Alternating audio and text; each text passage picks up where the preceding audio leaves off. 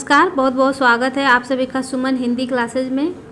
आज की practice class Dwivedi युग पे होगी। सभी प्रश्न डॉक्टर पूरन चंद टंडन के वस्तुनिष्ठ हिंदी से हैं, जो UP TGT, PGT, ELT grade, GIC प्रवक्ता सभी परीक्षाओं के लिए महत्वपूर्ण है। तो आज का पहला प्रश्न है, द्विवेदी युग का नामकरण किस साहित्यकार के नाम पर हुआ था? तो आप सभी लोगों को पता है कि द्विवेदी युग का नामकरण महावीर प्रसाद द्विवेदी के नाम पे हुआ है। तो तीसरा विकल्प इसका सही उत्तर हो जाएगा, महावीर प्रसाद द्विवेदी। द्विवेदी युग को जागरण सुधार काल भी कहा जाता है। यह नामकरण किस विद्वान द्वारा दिया गया है? तो विकल्प में है डॉक्टर नगेंद्र, आचार्य रामचंद्र शुक्ल, राम कुमार वर्मा या फिर रामविलास शर्मा। किसने जो है द्विवेदी युग को जागरण सुधार काल कहा है? तो द्विवेदी युग को जागरण सुधार काल डॉक्टर नगेंद्र ने कहा है। पहला विकल्प इसका सही उत्तर हो जाएगा। आचार्य रामचंद्र शुक्ल ने जो है द्विवेदी युग को नई धारा द्वितीय उत्थान कहा है। अगला प्रश्न है, रविंद्रनाथ ठाकुर को किस वर्ष गीतांजलि के लिए नोबेल पुरस्कार दिया गया था? तो विकल्प में है 1915 ईस्वी, 1913 ईस्वी, 1918 ईस्वी या फिर 1910 ईस्वी। तो रविंद्रनाथ टैगोर जो हैं, इनकी गीतांजलि जो है रचना, उस पर नोबेल पुरस्कार मिला है। और किस सन में मिला है? तो सन 1913 ईस्वी में मिला है। तो दूसरा विकल्प इसका सही उत्तर हो जाएगा 1913 ईस्वी। अगला प्रश्न है, गीता रहस्य ग्रंथ के रचयिता कौन हैं? तो विकल्प में है सूरदास, तुलसीदास, हजारी प्रसाद द्विवेदी या फिर बाल गंगाधर तिलक। गीता रहस्य ग्रंथ के रचयिता का नाम बताना, यह किसकी रचना है? तो यह बाल गंगाधर तिलक की रचना है। चौथा विकल्प इसका सही उत्तर हो जाएगा, बाल गंगाधर तिलक। अगला प्रश्न है, सरस्वती पत्रिका का प्रकाशन किस वर्ष प्रारंभ हुआ था? ये बताना है। तो विकल्प में 1903 ईस्वी, 1893 ईस्वी, 1901 ईस्वी या फिर 1900 ईस्वी। तो सरस्वती पत्रिका का प्रकाशन वर्ष जो है 1900 ईस्वी है। चौथा विकल्प इसका सही उत्तर हो जाएगा। 1903 में सरस्वती पत्रिका के संपादन का कार्यभार जो है महावीर प्रसाद द्विवेदी ने संभाला था। तो इसमें दो डेट बहुत महत्वपूर्ण हैं। चलिए अगला प्रश्न देख लेते हैं, सरस्वती पत्रिका का प्रकाशन कहाँ से होता था? तो विकल्प में है इलाहाबाद, काशी, कानपुर या फिर कलकत्ता। तो सरस्वती पत्रिका का प्रकाशन पहले काशी से होता था, फिर उसके बाद एक इलाहाबाद से होने लगा। तो दूसरा विकल्प इसका सही उत्तर हो जाएगा, पहले काशी में हुआ फिर उसके बाद इलाहाबाद से। अगला प्रश्न है, महावीर प्रसाद द्विवेदी ने सरस्वती पत्रिका के संपादन का कार्यभार किस वर्ष संभाला? तो अभी हमने ऊपर बताया था 1903 में संभाले थे महावीर प्रसाद द्विवेदी। पहला विकल्प इसका सही उत्तर हो जाएगा। अगला प्रश्न है, महावीर प्रसाद द्विवेदी जी की हे कविते शीर्षक कविता किस वर्ष प्रकाशित हुई थी?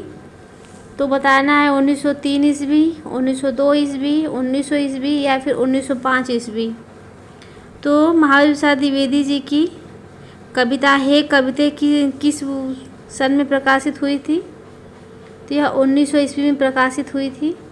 तीसरा विकल्प इसका सही उत्तर हो जाएगा 1900 ईस्वी। अगला प्रश्न है, सरस्वती के प्रारंभिक संपादक निम्न में से कौन थे? तो विकल्प में है महावीर प्रसाद द्विवेदी, गुलाब राय, श्याम सुंदर दास या फिर चंद्रधर शर्मा गुलेरी। तो यहाँ पे प्रारंभिक संपादक के बारे में पूछ रहा है, तो श्याम सुंदर दास जी हो जाएंगे। तीसरा विकल्प इसका सही उत्तर हो जाएगा श्याम सुंदर दास। अगला प्रश्न है, सरस्वती के प्रकाशक कौन थे? तो विकल्प में है चिंतामणि घोष, रामचंद्र शुक्ल, जयशंकर प्रसाद या फिर निराला। तो सरस्वती पत्रिका के प्रकाशक चिंतामणि घोष थे। चौथा विकल्प इसका सही उत्तर हो जाएगा चिंतामणि घोष। अगला प्रश्न है, संपत्ति शास्त्र पुस्तक के रचनाकार कौन है? तो संपत्ति शास्त्र किसकी रचना है? तो संपत्ति शास्त्र जो है महाबली प्रसाद द्विवेदी जी की रचना है। दूसरा विकल्प इसका सही उत्तर हो जाएगा। अगला प्रश्न है काशी नागरी प्रचारणी सभा की स्थापना किस वर्ष हुई थी? तो विकल्प में है 1893 ईस्वी, 1900 ईस्वी, 1903 ईस्वी या फिर 1905 ईस्वी। तो काशी नागरी प्रचारणी सभा की स्थापना 1893 ईस्वी में हुई थी। पहला विकल्प इसका सही उत्तर हो जाएगा। अगला प्रश्न है हिंदी उद्धारणी प्रतिनिधि महासभा कहाँ स्थापित की गई थी? तो विकल्प में है लखनऊ, इलाहाबाद, कानपुर या फिर प्रयाग। तो हिंदी उद्धारणी प्रतिनिधि महासभा प्रयागराज में स्थापित की गई थी। चौथा विकल्प इसका सही उत्तर हो जाएगा। अगला प्रश्न है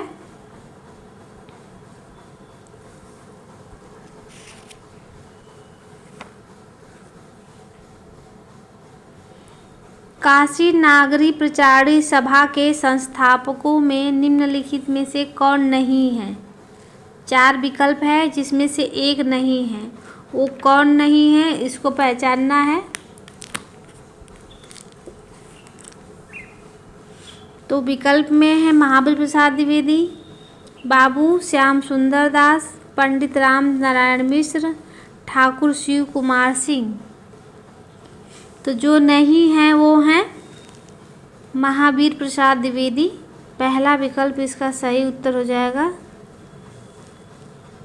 संस्थापकों में नहीं आते हैं ये महाबली प्रसाद द्विवेदी। अगला प्रश्न है स्नेही किस कवि का उपनाम है? स्नेही तो आप सभी लोग पता होगा कि गया प्रसाद शुक्ल स्नेही, जो गया प्रसाद शुक्ल जी का उपनाम है। दूसरा विकल्प इसका सही उत्तर हो जाएगा गया प्रसाद शुक्ल स्नेही।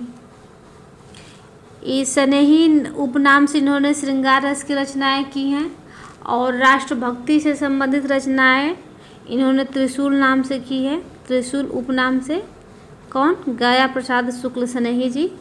तो दूसरा विकल्प इसका सही उत्तर हो जाएगा। अगला प्रश्न है शुक्ल जी का कविता क्या है निबंध पहले पहल किस में प्रकाशित हुई थी? किस पत्रिका में प्रकाशित हुई थी ये पूछना है इस प्रश्न का। तो विकल्प में चिंतामणि, सरस्वती, इंदु या फिर समालोचक। तो रामचंद्र शुक्ल जी का कविता क्या है निबंध जो है सरस्वती पत्रिका में संपादित था, प्रकाशित था। दूसरा विकल्प इसका सही उत्तर हो जाएगा। अगला प्रश्न है कवि और कविता किसका निबंध है? तो विकल्प में है पंडित रामचंद्र शुक्ल, हजारी प्रसाद द्विवेदी, महावीर प्रसाद द्विवेदी या फिर डॉक्टर नगेंद्र। तो कवि और कविता जो है महावीर प्रसाद द्विवेदी जी का निबंध है। तीसरा विकल्प इसका सही उत्तर हो जाएगा। अगला प्रश्न है द्विवेदी युग की प्रमुख काव्य भाषा कौन सी थी? तो विकल्प में है अवधी, ब्रज, खड़ी बोली या फिर बुंदेली। तो द्विवेदी युग की प्रमुख काव्य भाषा जो है खड़ी बोली थी। तीसरा विकल्प इसका सही उत्तर हो जाएगा। अगला प्रश्न है नाथूराम शर्मा शंकर किस युग के कवि हैं? तो विकल्प में है द्विवेदी युग, भारतेंदु युग, छायावाद या फिर प्रगतिवाद। तो नाथूराम शर्मा शंकर जो हैं द्विवेदी युग के कवि हैं। पहला विकल्प इसका सही उत्तर हो जाएगा द्विवेदी युग। अगला प्रश्न है द्विवेदी युग में भारतेंदु प्रज्ञेंदु की उपाधि से किस कवि को सुशोभित किया गया था? तो विकल्प में है श्रीधर पाठक, बाल मुकुंद गुप्त, हरिऔध या फिर नाथूराम शर्मा शंकर उपनाम है इनका। तो इसका सही उत्तर हो जाएगा नाथूराम शर्मा। चौथा विकल्प इसका सही उत्तर हो जाएगा। द्विवेदी युगीन कौन से कवि प्रायः अतिशयोक्तिपूर्ण कविता लिखते थे? कौन थे वो? तो नाथूराम शर्मा शंकर इसका सही उत्तर हो जाएगा। पहला विकल्प। द्विवेदी युग में ये ऐसे कवि हैं जिन्होंने अतिशयोक्तिपूर्ण कविताएं लिखे हैं। अगला प्रश्न है मैथिली शरण गुप्त जी की प्रारंभिक कविताएं किस पत्रिका में प्रकाशित होती थी? तो विकल्प में है सरस्वती, वैश्योपकारक, हितवाणी या फिर कर्मयोगी। तो मैथिली शरण गुप्त जी की प्रारंभिक कविताएं जो हैं वैश्योपकारक में प्रकाशित होती थी। दूसरा विकल्प इसका सही उत्तर हो जाएगा। अगला प्रश्न है किस कवि को राष्ट्र कवि की उपाधि दी गई है? तो राष्ट्र कवि के नाम से प्रसिद्ध हैं कौन? मैथिली शरण गुप्त। तीसरा विकल्प इसका सही उत्तर हो जाएगा। अगला प्रश्न है मैथिली शरण गुप्त की प्रथम पुस्तक कौन सी थी? तो विकल्प में है रंग में भंग, भारत भारती, पंचवटी या फिर साकेत। 24 नंबर का प्रश्न है यह। तो मैथिली शरण गुप्त की प्रथम पुस्तक रंग में भंग है। पहला विकल्प इसका सही उत्तर हो जाएगा। अगला प्रश्न है मैथिली शरण गुप्त जी को उनकी किस रचना के आधार पर राष्ट्र कवि की उपाधि दी गई थी? तो आप सभी लोगों को पता है कि भारत भारती रचना पर उनको राष्ट्र कवि की उपाधि दी गई थी। किसने कहा था? महात्मा गांधी ने। तो चौथा विकल्प इसका सही उत्तर हो जाएगा। अगला प्रश्न है गुप्त जी ने कितने महाकाव्यों का प्रणयन किया है? तो विकल्प में है 2, 3, 1 और 4। तो गुप्त जी ने 3 महाकाव्यों का प्रणयन किया है। दूसरा विकल्प इसका सही उत्तर हो जाएगा 3। अगला प्रश्न है किस कवि को खड़ी बोली का प्रथम कवि माना जाता है? तो विकल्प में है श्रीधर पाठक, मैथिली शरण गुप्त, बालमुकुंद गुप्त या फिर राम नरेश त्रिपाठी। तो श्रीधर पाठक हो जाएंगे।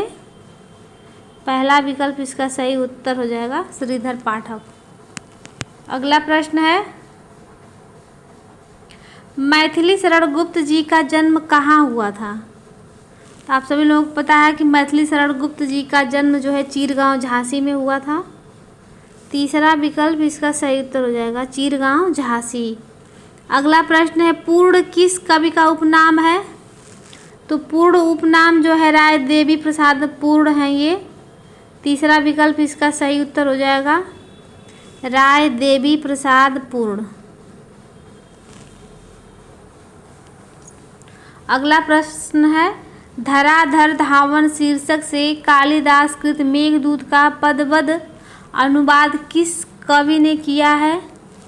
तो विकल्प में है राय देवी प्रसाद, श्रीधर पाठक, रामचरित उपाध्याय या फिर राम नरेश त्रिपाठी। तो मेघदूत का पदबद्ध अनुवाद जो है धराधर धावन नाम से राय देवी प्रसाद पूर्ण ने किया था। पहला विकल्प इसका सही उत्तर हो जाएगा राय देवी प्रसाद पूर्ण। अगला प्रश्न है त्रिशूल उपनाम से राष्ट्रीय भावनाओं की कविता लिखने वाले कवि हैं। कवि ऊपर हमने बताया इस प्रश्न को किसने किया है? तो गया प्रसाद शुक्ल सनेही जी ने किया है। 2 उपनाम है इनके, सनेही और त्रिशूल। तो इसका सही उत्तर हो जाएगा विकल्प दूसरा। अगला प्रश्न है हृदय का मधुर भार किसका काव्य संग्रह है? तो विकल्प में है रामचंद्र शुक्ल, राम नरेश त्रिपाठी, गया प्रसाद शुक्ल सनेही या फिर श्रीधर पाठक। तो हृदय का मधुर भार यह काव्य संग्रह रामचंद्र शुक्ल जी का है। पहला विकल्प इसका सही उत्तर हो जाएगा। अगला प्रश्न है देशभक्त वीरों मरने से नेक नहीं डरना होगा, प्राणों का बलिदान देश की वेदी पर करना होगा। यह पंक्ति किसकी है? तो विकल्प में है रामचंद्र शुक्ल, महावीर प्रसाद द्विवेदी, नाथूराम शर्मा शंकर या फिर लोचन प्रसाद पांडे। तो यह जो पंक्ति है यह नाथूराम शर्मा शंकर जी की है। तीसरा विकल्प इसका सही उत्तर हो जाएगा नाथूराम शर्मा शंकर। अगला प्रश्न है स्वर्गो नरक ठिकाना नाही यह किसकी कविता है? स्वर्गो नरक ठिकाना नाही तो यह कविता जो है महावीर प्रसाद द्विवेदी जी की है। चौथा विकल्प इसका सही उत्तर हो जाएगा। अगला प्रश्न है कविता कामिनी कांत उपाधि किस कवि को दी गई है? तो विकल्प में है नाथूराम शर्मा शंकर, महावीर प्रसाद द्विवेदी, श्रीधर पाठक या फिर रामचंद्र शुक्ल। तो कविता कामिनी कांत, यह जो है नाथूराम शर्मा शंकर की उपाधि है। पहला विकल्प का सही उत्तर हो जाएगा। अगला प्रश्न है, गर्भरंडा रहस्य किसका काव्य ग्रंथ है? तो विकल्प में है नाथूराम शर्मा शंकर, लोचन प्रसाद पांडे, मुकुटधर पांडे या फिर राम नरेश त्रिपाठी। तो इसका सही उत्तर हो जाएगा नाथूराम शर्मा शंकर।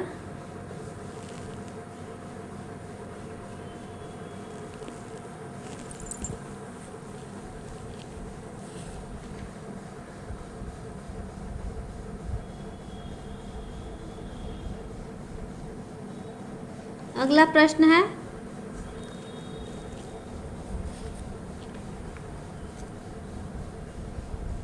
जिस नाथूराम शर्मा शंकर कृत यह गर्भरंडा रहस्य, यह एक प्रबंध काव्य है। इसमें जो है विधवाओं की बुरी स्थिति और देव मंदिरों के अनाचार का वर्णन है इस ग्रंथ में। ये भी सोचें बता दें। अगला प्रश्न है, एकांतवासी योगी किसकी रचना है? तो श्रीधर पाठक की रचना है।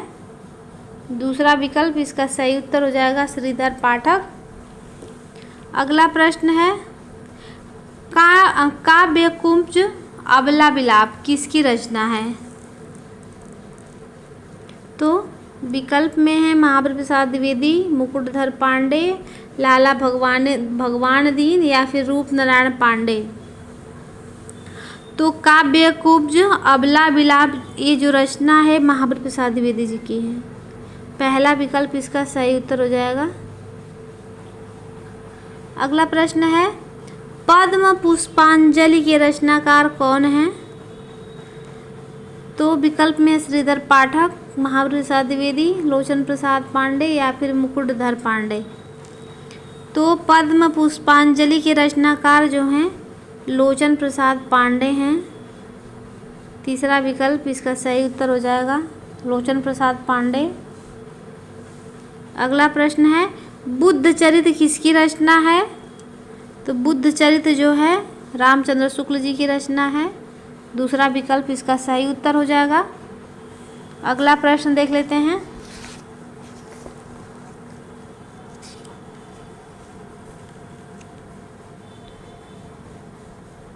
अगला प्रश्न है, यहाँ पे जो है काव्य रचनाओं के रचयिताओं का नाम बताना है या सही विकल्प चुनना है।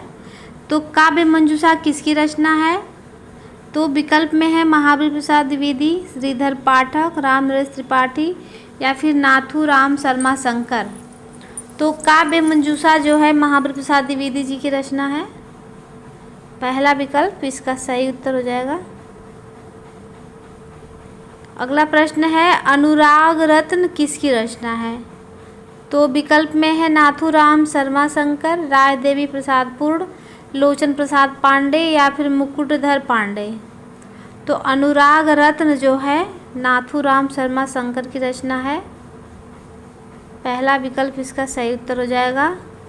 कश्मीर सुषमा किसकी रचना है? तो कश्मीर सुषमा जो है श्रीधर पाठक की रचना है। तीसरा विकल्प इसका सही उत्तर हो जाएगा। अगला प्रश्न है, स्वदेशी कुंडल के रचनाकार कौन है? स्वदेशी कुंडल तो यह राय देवी प्रसाद पूर्ण हैं।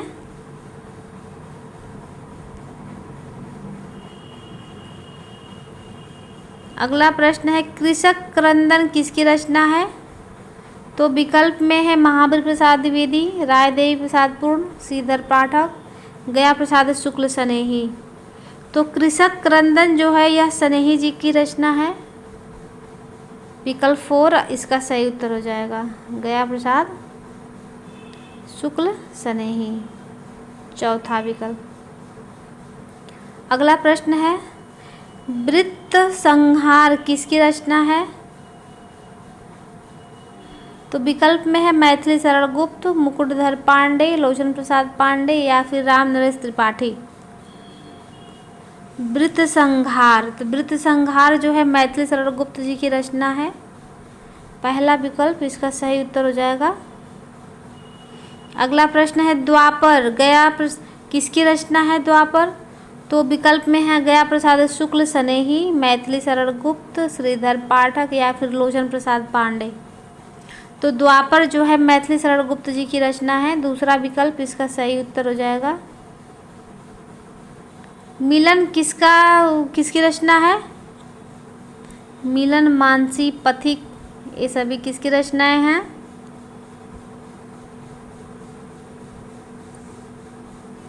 तो यह रचना जो है मिलन, यह राम नरेश त्रिपाठी जी की रचना है। दूसरा विकल्प इसका सही उत्तर हो जाएगा। मिलन, मानसी, पथिक, ये सभी रचनाएं जो हैं, एक और रचना है इनकी, मुझे याद नहीं आ रहा है। अगला प्रश्न है झंकार किसकी रचना है? तो विकल्प में है लोचन प्रसाद पांडे, नाथूराम शर्मा, मुकुटधर पांडे या फिर मैथिली शरण गुप्त।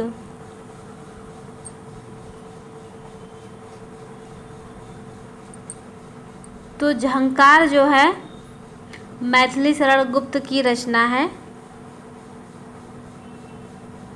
चौथा विकल्प इसका सही उत्तर हो जाएगा। इनकी अन्य रचनाओं में है रंग में भंग, जयद्रथ वध, किसान, साकेत, भारत भारती, झंकार, यशोधरा, द्वापर, ये जय भारत, ये सभी जो रचनाएं हैं, पंचवटी, ये सभी रचनाएं जो हैं मैथिली शरण गुप्त जी की हैं।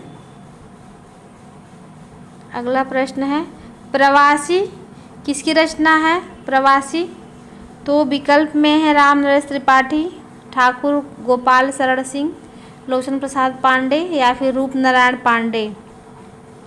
तो प्रवासी जो है यह लोचन प्रसाद पांडे जी की रचना है। अगला प्रश्न है पद्म प्रसून किसकी रचना है? तो विकल्प में है अयोध्या सिंह उपाध्याय हरिऔध, मैथिली शरण गुप्त, राम नरेश त्रिपाठी या फिर लोचन प्रसाद पांडे। तो पद्म प्रसून जो है हरिऔध जी की रचना है। पहला विकल्प इसका सही उत्तर हो जाएगा। अगला प्रश्न है उजड़ ग्राम किसकी रचना है? तो आप सभी लोग पता है कि उजड़ ग्राम जो है श्रीधर पाठक की रचना है। दूसरा विकल्प इसका सही उत्तर हो जाएगा श्रीधर पाठक।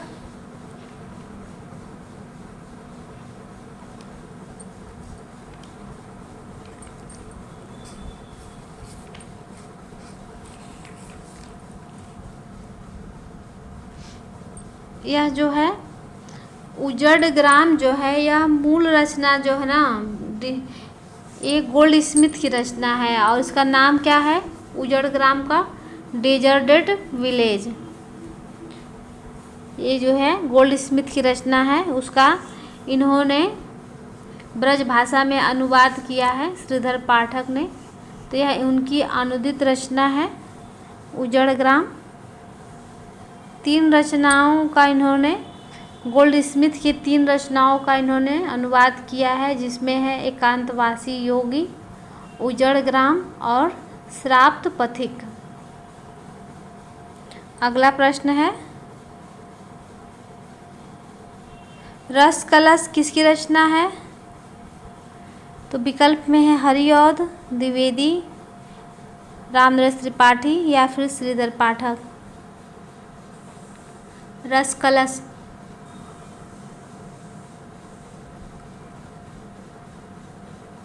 तो रस कलश जो है अयोध्या सिंह उपाध्याय हरिऔध जी की रचना है। पहला विकल्प इसका सही उत्तर हो जाएगा हरिऔध। हरिऔध जी की अन्य रचनाओं में है जैसे चोखे चौपदे, चुभते चौपदे, पद्म प्रसून, रस कलश और है ग्राम गीत।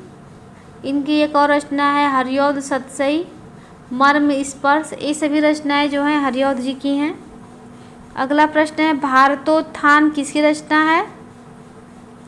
तो विकल्प में है रामचरित उपाध्याय, गिरिधर शर्मा, लाला भगवान दीन या फिर श्रीधर पाठक। तो भारतोत्थान जो है श्रीधर पाठक जी की रचना है। चौथा विकल्प इसका सही उत्तर हो जाएगा। अगला प्रश्न है, खड़ी बोली हिंदी का पहला महाकाव्य माना जाता है, किसे माना जाता है? तो आप सभी लोगों को पता है कि प्रिय प्रवास को माना जाता है। प्रिय प्रवास इसका पहला विकल्प जो है इसका सही उत्तर हो जाएगा। हरिऔध जी ने जो है 3 प्रबंध काव्य लिखे हैं, जिसमें है पहले नंबर पर प्रिय प्रवास। प्रिय प्रवास का समय है 1914 ईस्वी, लिख भी दे रहे हैं। प्रिय प्रवास का समय है 1914 ईस्वी। और दूसरे नंबर पे है पारिजात। पारिजात है हरिऔध की रचना, पारिजात। इसका समय है 1937 ईस्वी, इसको भी आप लोग याद रखिएगा। और तीसरा है इनका प्रबंध काव्य वैदेही वनवास, 1941 ईस्वी। अगला प्रश्न है, प्रिय प्रवास में किसकी कथा का वर्णन है?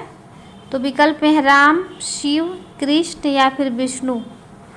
तो प्रिय प्रवास में जो है ना, कृष्ण के बचपन से लेकर मथुरा प्रस्थान तक का वर्णन किया गया है। तो तीसरा विकल्प इसका सही उत्तर हो जाएगा, कृष्ण का इसमें वर्णन है। और प्रिय प्रवास की भाषा, तो प्रिय प्रवास की जो भाषा है वह खड़ी बोली है। खड़ी बोली का यह प्रथम महाकाव्य है। तो दूसरा विकल्प इसका सही उत्तर हो जाएगा। रस कलश जो है किस भाषा में रचा गया है?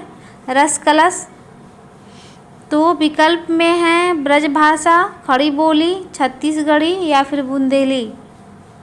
तो रस कलश जो हरिऔध जी की रचना है, ये इसकी भाषा ब्रज भाषा है। पहला विकल्प इसका सही उत्तर हो जाएगा, ब्रज भाषा। अगला प्रश्न है, साकेत प्रबंध काव्य की नायिका कौन थी? तो साकेत, आप लोग जानते हैं कि साकेत जो है, साकेत की नायिका उर्मिला हैं, जो लक्ष्मण की पत्नी हैं। लक्ष्मण जो हैं वो राम के भाई, जो जब राम को 14 वर्ष का वनवास हुआ तो राम जाने लगे वन, तो उनके साथ लक्ष्मण भी गए थे। तो इसमें जो है उर्मिला के विरह का वर्णन है साकेत में। अगला प्रश्न है, अबला जीवन हाय तुम्हारी यही कहानी, आंचल में है दूध और आँखों में पानी, इसकी रचना किसने की है या किसकी पंक्ति है? तो विकल्प में है महावीर प्रसाद द्विवेदी, रामनरेश त्रिपाठी, मैथिली शरण गुप्त या फिर श्रीधर पाठक। तो यह मैथिली शरण गुप्त जी की पंक्ति है। तीसरा विकल्प इसका सही उत्तर हो जाएगा, मैथिली शरण गुप्त। अगला प्रश्न है, मैथिली शरण गुप्त जी का प्रिय छंद कौन सा है? मैथिली शरण गुप्त का बताना है। तो विकल्प में है दोहा, सोरठा, चौपाई या फिर हरिगीतिका। तो द्विवेदी युग में जो है गुप्त जी को, गुप्त मतलब मैथिली शरण गुप्त जी को द्विवेदी युग में हरिगीतिका छंद का बादशाह कहा जाता है। तो इसका सही उत्तर हो जाएगा विकल्प 4, हरिगीतिका छंद। अगला प्रश्न है, भैंसी भवानी कै तब सेवा लागे करण पढ़ौ गा छूट, पटुअन दूध दुहा इन हाथन धार न कबहू दुहत माँ टूट। यह पंक्ति किसकी है? तो विकल्प में है रामनरेश त्रिपाठी, महावीर प्रसाद द्विवेदी, श्रीधर पाठक या फिर बाल मुकुंद गुप्त। तो यह 62 नंबर का प्रश्न है। तो यह पंक्ति जो है महावीर प्रसाद द्विवेदी जी की है। दूसरा विकल्प इसका सही उत्तर हो जाएगा, महावीर प्रसाद द्विवेदी। अगला प्रश्न है, मैथिली शरण गुप्त के गुरु कौन थे? तो आप सभी लोगों को पता है कि मैथिली शरण गुप्त के गुरु महावीर प्रसाद द्विवेदी हैं। दूसरा विकल्प इसका सही उत्तर हो जाएगा। अगला प्रश्न है, महावीर प्रसाद द्विवेदी और हिंदी नवजागरण पुस्तक के रचनाकार कौन है? यह किसकी रचना है? तो विकल्प में है हजारी प्रसाद द्विवेदी, पंडित रामचंद्र शुक्ल, रामविलास शर्मा या फिर राम कुमार वर्मा। तो महावीर प्रसाद द्विवेदी और हिंदी नवजागरण पुस्तक के रचनाकार रामविलास शर्मा हो जाएंगे। तीसरा विकल्प इसका सही उत्तर हो जाएगा, रामविलास शर्मा। अगला प्रश्न है खड़ी बोली प्रयोग का आंदोलन करने वाले थे, कौन थे? तो विकल्प में है अयोध्या प्रसाद खत्री, पंडित गौरी दत्त, मैथिली शरण गुप्त या फिर महाबली प्रसाद द्विवेदी। तो खड़ी बोली प्रयोग का आंदोलन करने वाले थे अयोध्या प्रसाद खत्री। पहला विकल्प इसका सही उत्तर हो जाएगा। अगला प्रश्न है जगत सच्चाई सार किसकी कविता है?